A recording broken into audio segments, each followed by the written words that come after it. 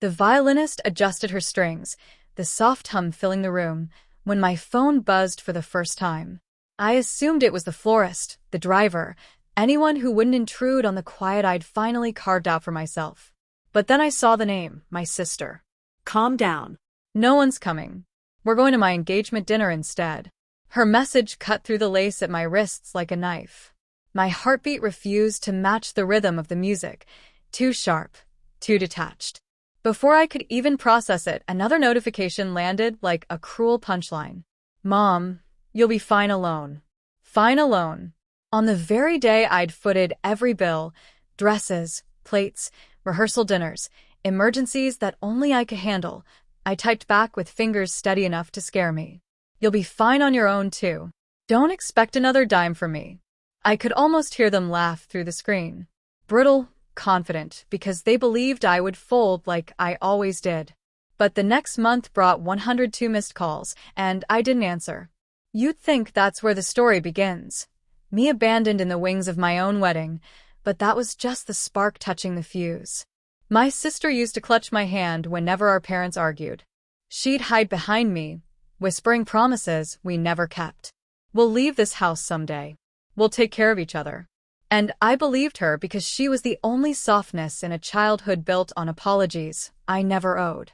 As she grew older, she got better at smiling while taking a borrowed dress here, a temporary favor there, expecting, silently, that my life and money would orbit around hers.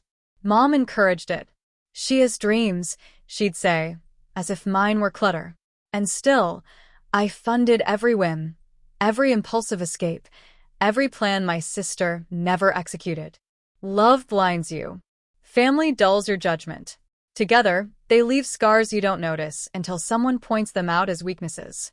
I first noticed the shift on her birthday during the dinner I was paying for, as always. She kept tapping her phone under the table, grinning at messages I wasn't meant to see. When she excused herself, she left it face up.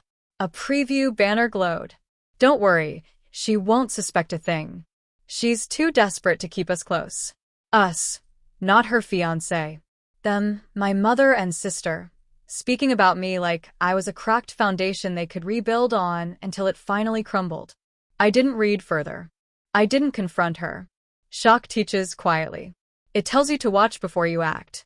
That night, I replayed every moment I'd mistaken for love, every demand disguised as a need, every time I was called the strong one, which really meant the convenient one. The truth didn't break me. It sharpened me. The next morning, I began counting loans, bills, receipts with my name as the payer. Then I called my attorney. Generosity leaves fingerprints, paper trails, legal footholds. My family had been taking for so long they forgot how to read the fine print of the hand that fed them. While they schemed my sister's engagement dinner, set over my own wedding, I quietly orchestrated a severance.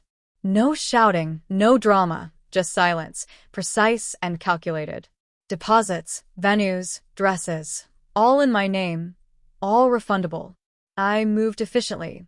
Money returned, contracts canceled, joint accounts frozen, health insurance separated, emergency contacts updated. I watched their comfort shift fraction by fraction until it began to lean. The final act was simple. I stopped giving. Quietly, without vengeance. When they asked for rent money, nothing. For her engagement venue, nothing. A family emergency text, still nothing.